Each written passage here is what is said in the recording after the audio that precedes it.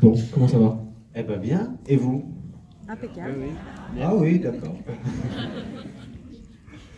Si, ça va forcément très bien. Bon, je pense que vous allez être là du coup pour échanger pas mal avec le public. Ils pourront vous poser toutes les questions qu'ils Eh ben, veulent. toutes les questions que vous voulez, ou pas. Alors, est-ce qu'il y a un micro qui se déplace du coup? Il y a un micro qui se déplace juste Ah bah là. c'est super. Alors, on sait que la première est souvent un petit peu compliquée à poser, mais Mais faut se lancer, involontaire. et ça se passera très bien. Oh, d'accord, très bien. Ah bah voilà.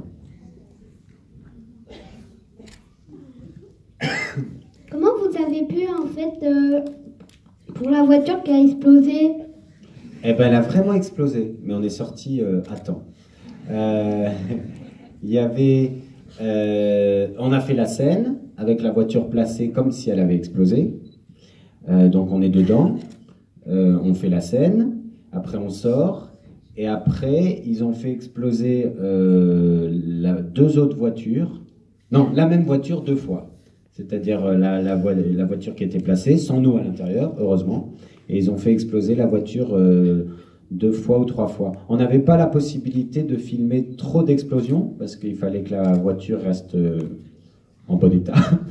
Et puis voilà, on a fait 3 prises avec cette explosion. Et c'est très impressionnant, une explosion de voiture. Et ça fait très chaud. C'est très très chaud, une voiture qui explose. C'est la magie du cinéma. Ah oui, bah oui, on peut faire ce qu'on veut avec le cinéma. Ah, j'ai vu une main qui se levait et puis qui s'est rabaissée.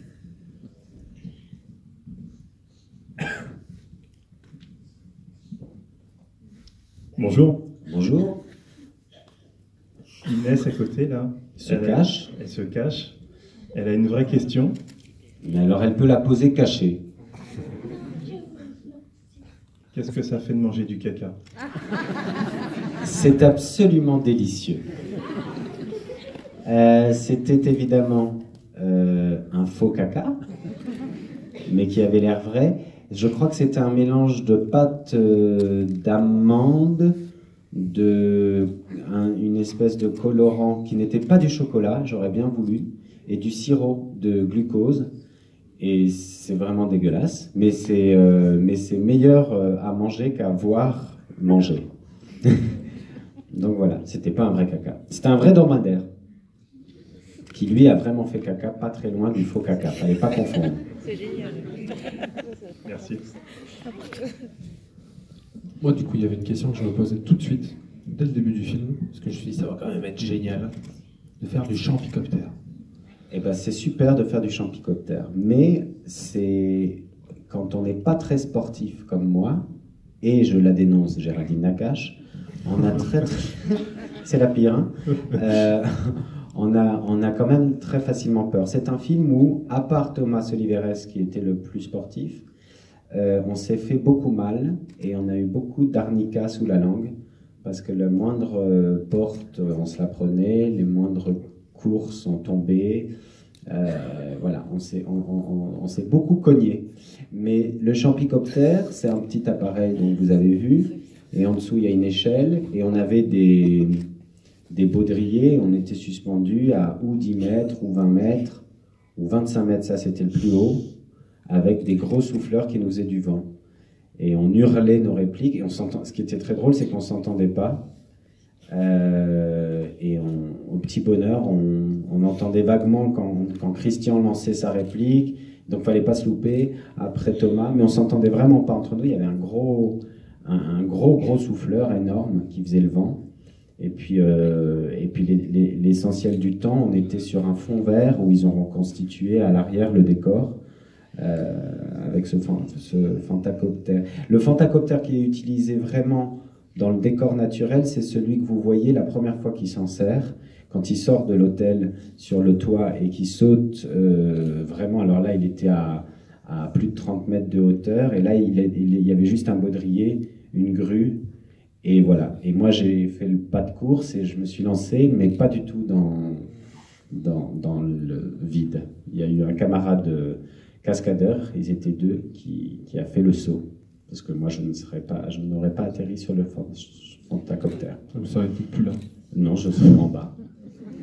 Et en plus, j'ai voulu le faire. Il m'avait montré, ça a l'air toujours facile.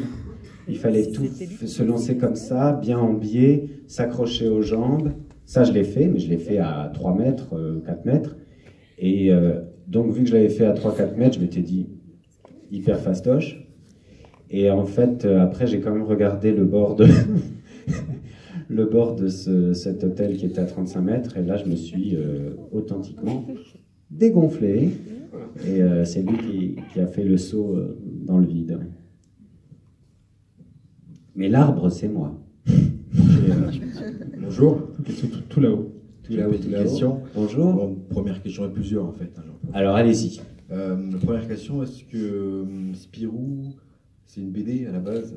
Moi, je connais pas bien, mais est-ce que vous êtes inspiré réellement du personnage Spirou de la BD? Toute l'équipe, on s'est vraiment inspiré, et puis les scénaristes et le réalisateur s'est vraiment inspiré. On a vraiment voulu construire un film qui soit un hommage à la BD, donc une vraie comédie d'aventure, une aventure pour toute la famille, pour les petits, pour les grands, et puis respecter un peu graphiquement ce qu'est la BD. Après, on avait tous une approche totalement différente de cette BD, parce que c'est quand même un mythe que vous avez un peu sur les épaules, et puis pour l'exercice du cinéma, c'est impressionnant.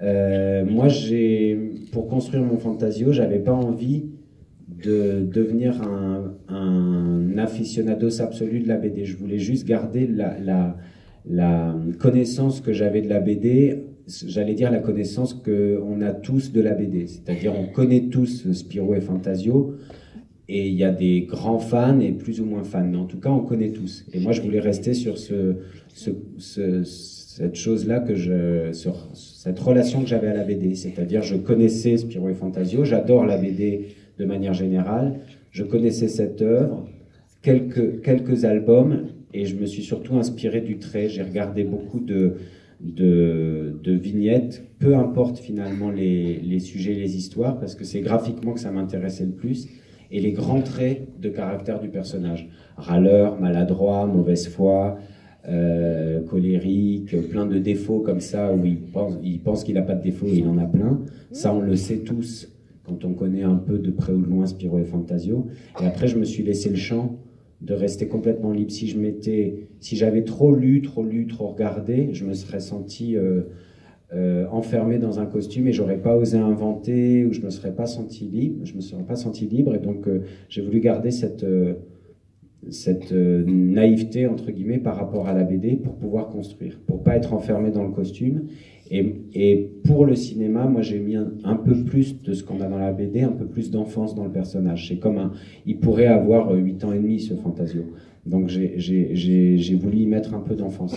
Thomas, lui, en revanche, qui est un vrai besogneux dans le travail, etc., très différent, avait besoin de tout lire, tout voir, tout regarder. Il connaît jusqu'à la toute première esquisse du personnage. Il est devenu vraiment très très pointu. Mais je comprends, parce que autant Fantasio, si on pense à Fantasio et quand on lit la BD, il y a beaucoup plus à manger pour imaginer le personnage. C'est-à-dire, c'est pas compliqué d'imaginer ses traits de caractère.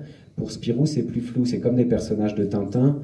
Il y aurait 1000 façons d'interpréter Tintin. Et je pense que pour l'interpréter, c'était nécessaire pour lui qu'il lise un maximum à travers tous les dessinateurs qu'il y a eu, au-delà de Franquin également, pour pouvoir vraiment nourrir son personnage. C'est un personnage qui est un peu boy scout, qui est plus lisse, donc il fallait qu'il bouffe énormément de matière pour s'inspirer. C'était pas la même démarche, mais finalement pour le même résultat, pour construire comme un album, un nouvel album BD, mais enfin pour le cinéma, comme créer un nouvel album.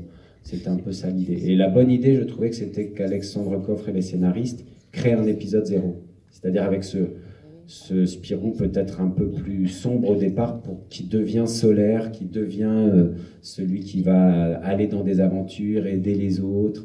Voilà, d'avoir créé ce personnage un peu plus sombre au départ, je trouvais que c'était une bonne idée. Après, j'ai une deuxième question. Voilà. Aussi. Où est-ce que ça a été tourné? Alors, il y avait Nice, Cannes, pour les parties au début et sur la rencontre. Et après, on était à Marrakech, à Ouarzazate et à Erfout au Maroc. Et ça, c'était... nous, on avait une sensation on était déjà énormément dans le film, Mais quand on est parti au Maroc, alors là, on était vraiment au cinéma tous les jours. Et aussi une partie à Paris pour toute la base de Zorglub, qui est un décor entièrement construit. Là aussi, on était comme des gosses. Et dernière question, avec Christian Clavier, c'est la première fois que vous tournez avec Christian Clavier? Non, j'avais eu la chance de tourner avec tous, sauf avec Thomas. Thomas, on avait très envie de tourner ensemble, on n'avait jamais eu de projet ensemble. Avec Christian, j'avais fait Les Visiteurs. Avec Géraldine, j'avais fait des sketchs pour la télé, pour M6, et puis il reste du jambon avec Ramzy. Et Ramzy, on avait déjà tourné ensemble aussi. Ouais. Merci. Merci à vous. Alors, il y a trois petits doigts qui se lèvent.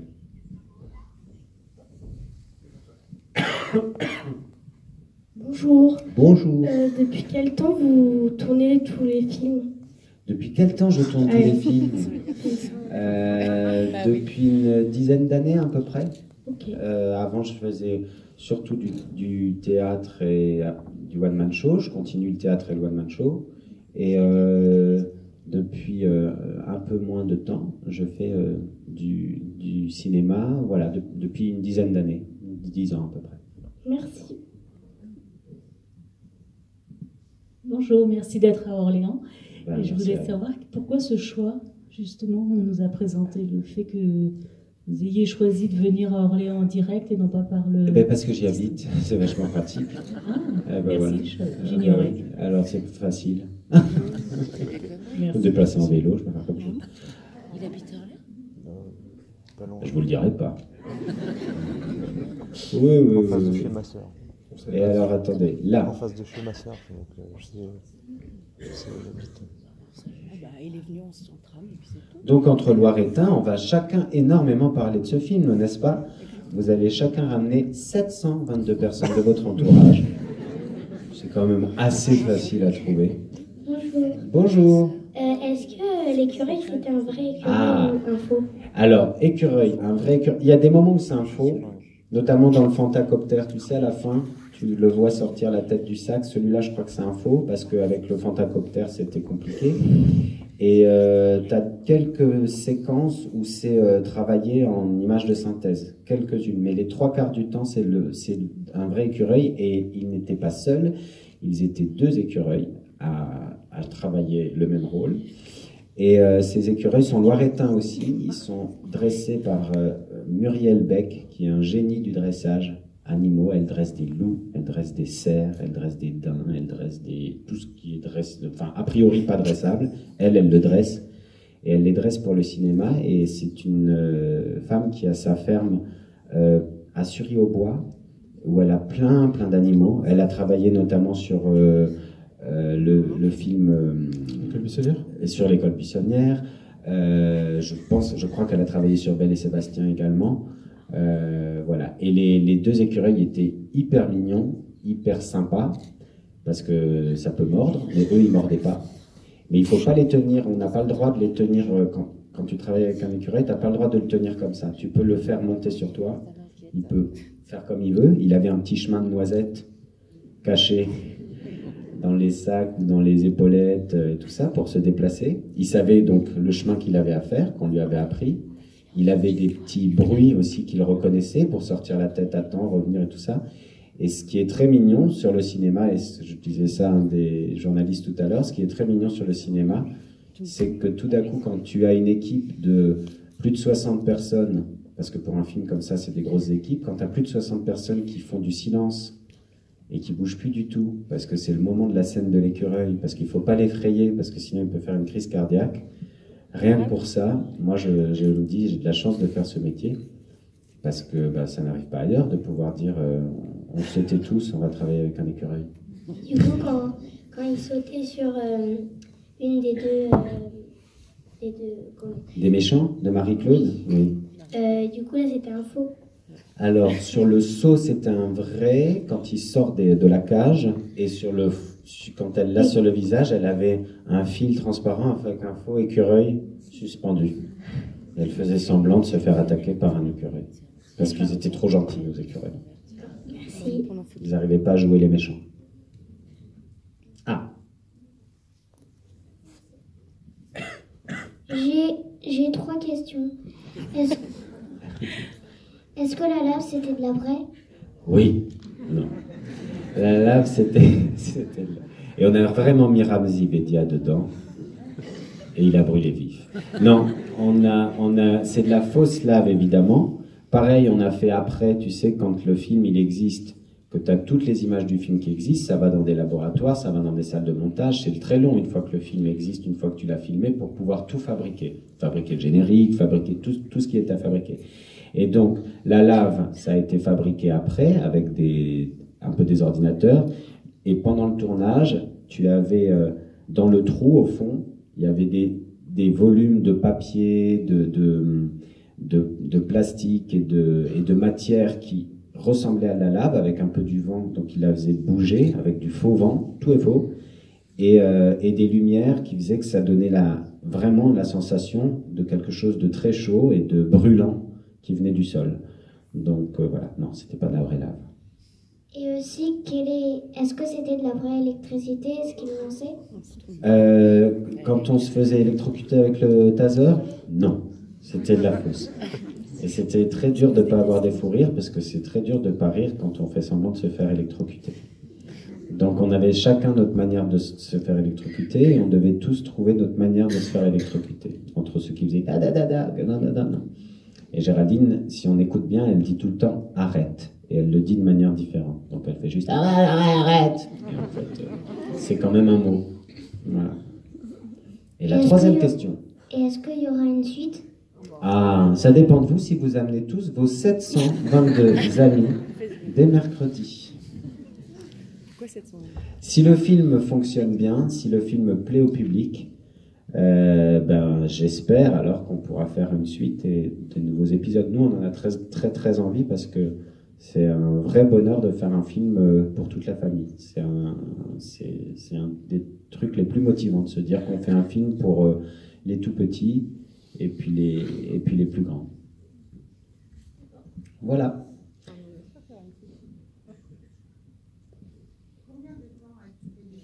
On peut faire aussi comme ça, sans micro, si vous criez tous bien, c'est super. On prend tous exemple sur cette femme qui a une très belle voix, que j'entends très bien. Combien de temps, pardon? Je crois que c'est 11 semaines. Je sais plus, parce que il y avait une semaine isolée où on a fait du studio chez Zorglub.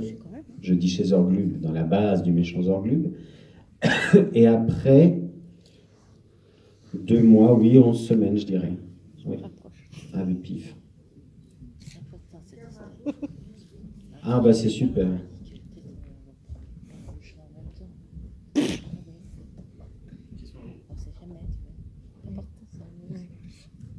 j'avais une casquette. Une casquette? Bah, je vous écoute. Bonjour. Bonjour.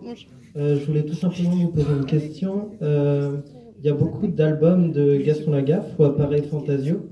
Et on sait qu'il va y avoir un film Gaston Lagaffe bientôt, en avant-première le 9 mars. Oui. Bien ça. Waouh. Ah, c'est lui, c'est pas un abonné? Et je voulais tout simplement vous demander si vous faites une apparition et s'il y a une suite, est-ce que... Enfin, ça serait sympa que les deux univers se... Alors, je ne sais pas, parce que c'est deux productions différentes. Je ne suis pas dans Gaston Lagaffe. Et quelque part, heureusement que... voilà, mais c'est vrai. Après, je ne sais pas comment les deux aventures vont fonctionner en parallèle. Si eux vont faire une suite, si eux aussi vont espérer fonctionner très bien en salle. Nous, on espère fonctionner très bien en salle. Donc, de toute façon, ça dépendra du succès auprès du public et si le public apprécie le film. Enfin, le ou les films. Et après, peut-être que des clins d'œil seraient imaginables. Ça, j'en sais rien. Oui, tout est imaginable, mais en tout cas, c'est pas d'actualité du tout. Et puis surtout, c'est pas les mêmes productions. Donc ça, c'est aux productions de discuter entre eux et je les laisse faire tranquillement. D'accord, merci.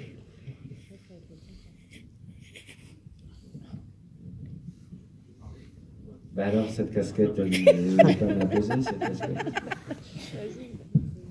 Non, je voulais savoir si c'était vous qui avez fait Bonsoir. vos propres cascades dans le désert.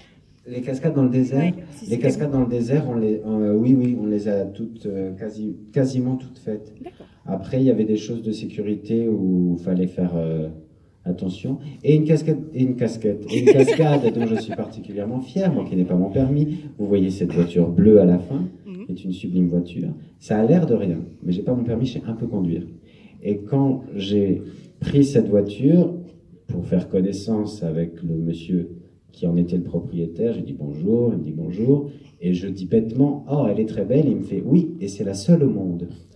Et quand on n'a pas son permis, et qu'on doit faire 100 mètres avec un rond-point, ça a l'air de rien, mais ça devient une cascade très très difficile à faire. Bonsoir, j'avais une question à vous poser. Je vous vois pas. Ah, vous êtes là, pardon. Je suis là. J'ai passé quelques soirées, je sors un peu du cadre à regarder le petit journal et Canal+. Voilà, je voulais vous demander si Catherine et Liliane avaient éventuellement une sortie cinéma un jour. On ne sait pas. Je ne peux pas vous répondre plus sincèrement que ça, c'est-à-dire on s'amuse avec énormément, et tant qu'on s'amuse, on les joue déjà. Donc là, elles sont plus en RTT cette année. L'année dernière, elles étaient en vacances. On avait profité de ce tournage où on était au Maroc. On s'était dit, bah, tiens, c'est bien l'occasion qu'on leur offre des vacances de printemps. Donc elles étaient sorties. Donc on les sort de plus en plus du bureau. On leur offre différentes aventures. Donc ça nous fait un plaisir dingue. L'année dernière, moi, j'avais très envie depuis des années de les mettre sur scène. Donc on avait fait une date unique à Playel, où il y avait un mélange de parodies, parce qu'on a aussi fait des parodies avec l'équipe, donc il y avait un mélange de parodies, et c'était Catherine et Liliane sur scène, et ça a été un souvenir formidable. Et le spectacle existe, on l'a joué qu'une fois, mais il existe, il est dans le répertoire de la bande, donc on se dit que tiens, à l'occasion, on pourra peut-être le reprendre à droite à gauche, ça nous plaît bien. Et Arthur Sanigou, le réalisateur, et Tom Dingler, le metteur en scène et co-auteur, ont bien envie de réfléchir à un format pour le cinéma, mais on sera, et Bruno et moi, donc et Catherine et Liliane, c'est très schizophrénique de dire ça, on sera très très vigilants sur l'objet. C'est-à-dire que la chance qu'on a eue avec Catherine et Liliane, c'est que l'objet, il est un peu particulier au départ. D'ailleurs, quand ça s'est lancé, on se disait, tiens, qu'est-ce que c'est que ces deux bonnes femmes filmées en une caméra? C'est des bonnes femmes, c'est pas des bonnes femmes, bon voilà. Et puis elles sont devenues populaires, et cette particularité du programme les a rendues populaires, et tout ce qu'on a fait, on a dû le rendre particulier quand même. On a dû respecter la particularité de ce qu'on a imposé. Donc de ces deux secrétaires de direction dans une chaîne de télé qui sont proches du people et des hautes sphères, tout en étant très proches de monsieur et madame tout le monde. Enfin bon, voilà, il y a quand même une facture, une manière avec Catherine et Liliane qui nous demande d'être vigilants à chaque seconde de ce qu'on en ferait. On pourrait se dire avec le personnage, allez hop, c'est pas grave, je fais une pub pour je sais pas quoi, un machin pour truc, une histoire farfelue, on pourrait. Mais on essaye d'être très très vigilant. Pour nous, pour notre plaisir, et par respect pour le public aussi. C'est-à-dire qu'un objet au cinéma, si l'histoire s'impose, si tout est cohérent, si les personnages sont pas trahis, si tout le monde s'y retrouve dans l'objet qu'on propose, alors évidemment peut-être qu'on ira. Mais voilà. Et pareil pour Playel, quand on a fait au théâtre, on s'est posé les bonnes questions pour les amener sur scène, et pas juste se dire tiens allez on va faire un coup sur scène. C'est un programme télé, mais on l'aborde toujours comme un joli bijou dont il faut prendre soin, quoi. Donc on verra. Mais ils y travaillent. Donc nous, on va lire et on va dire oui ou non. Voilà. Merci. Merci.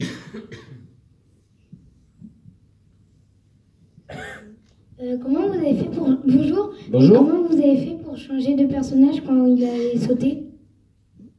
Quand vous avez sauté? Quand j'ai sauté dans l'air? Comment vous avez fait pour changer de personnage? Alors, on sort de l'hôtel, d'accord? Tu te souviens de ce plan? Oui. C'est que des plans, hein. Donc, un plan, tu sais ce que c'est un plan ou pas? Oui. Oui, je fais du cinéma depuis des années. Donc, on a fait des plans sur Thomas, et puis il y avait les plans sur moi, où la caméra se retourne vers l'hôtel. Donc, vers l'hôtel, je cours. Et après, il y a un plan sur le côté, où je saute et j'accroche ses jambes. Donc ça, j'ai pu le faire. Après, on coupe. Donc on a ce plan où je sors de l'hôtel, où je cours, le plan sur le côté où j'attrape les jambes, et après le plan large où on le voit sauter vraiment dans le vide, là et plus loin, c'est un cascadeur. Et après, eux, au montage, ils assemblent dans l'ordre qu'ils veulent, pour que la cascade ait l'air d'être la même personne. Est-ce que c'est clair? Spielberg. Est-ce que c'est clair? Voilà, bah c'est super. Comment vous avez fait pour faire croire qu'il était invisible On a joué avec personne. Alors ça, je le souhaite à personne. On fait semblant de jouer avec quelqu'un et on parle en disant oh, Monsieur Champignac, et on fait comme ça. Et il n'y a personne et il n'est pas là. Et on a un assistant, mauvais acteur, qui nous donne la réplique de loin. Donc il y a quelqu'un qui est caché et qui lit le texte de ce que lui a à dire pour qu'on l'entende. Et après, on a des positions très claires pour mettre la main, pour voilà. Et après, quand il apparaît et disparaît, bah, lui, il joue sa scène normalement, et après, c'est des effets spéciaux. Alors ça, pour te l'expliquer, j'espère que je me trompe pas, lui, il fait son truc avec son champignon, d'accord? On filme cette scène comme ça, et après, il filme la même scène au même moment, dans le même axe, avec la même lumière, sans lui. Et c'est cette image sans lui qui va servir après en montage à le faire disparaître. Tu vois, on superpose un peu les images. Voilà. Merci. De rien.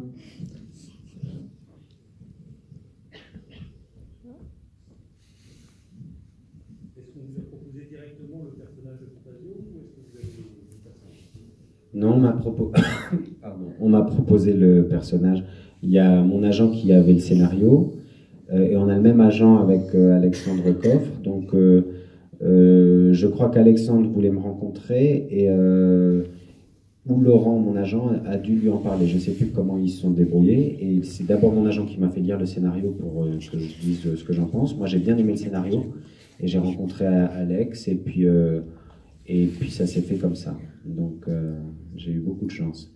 Et je lui ai dit ce que je pensais du scénario, et ce qui était très agréable, c'est de lire un scénario où bon, il va y avoir des changements, évidemment, entre le moment où vous le lisez et le moment où il se tourne, mais où vous avez quand même la sensation de voir, de lire le film que vous voyez et que vous tournez après.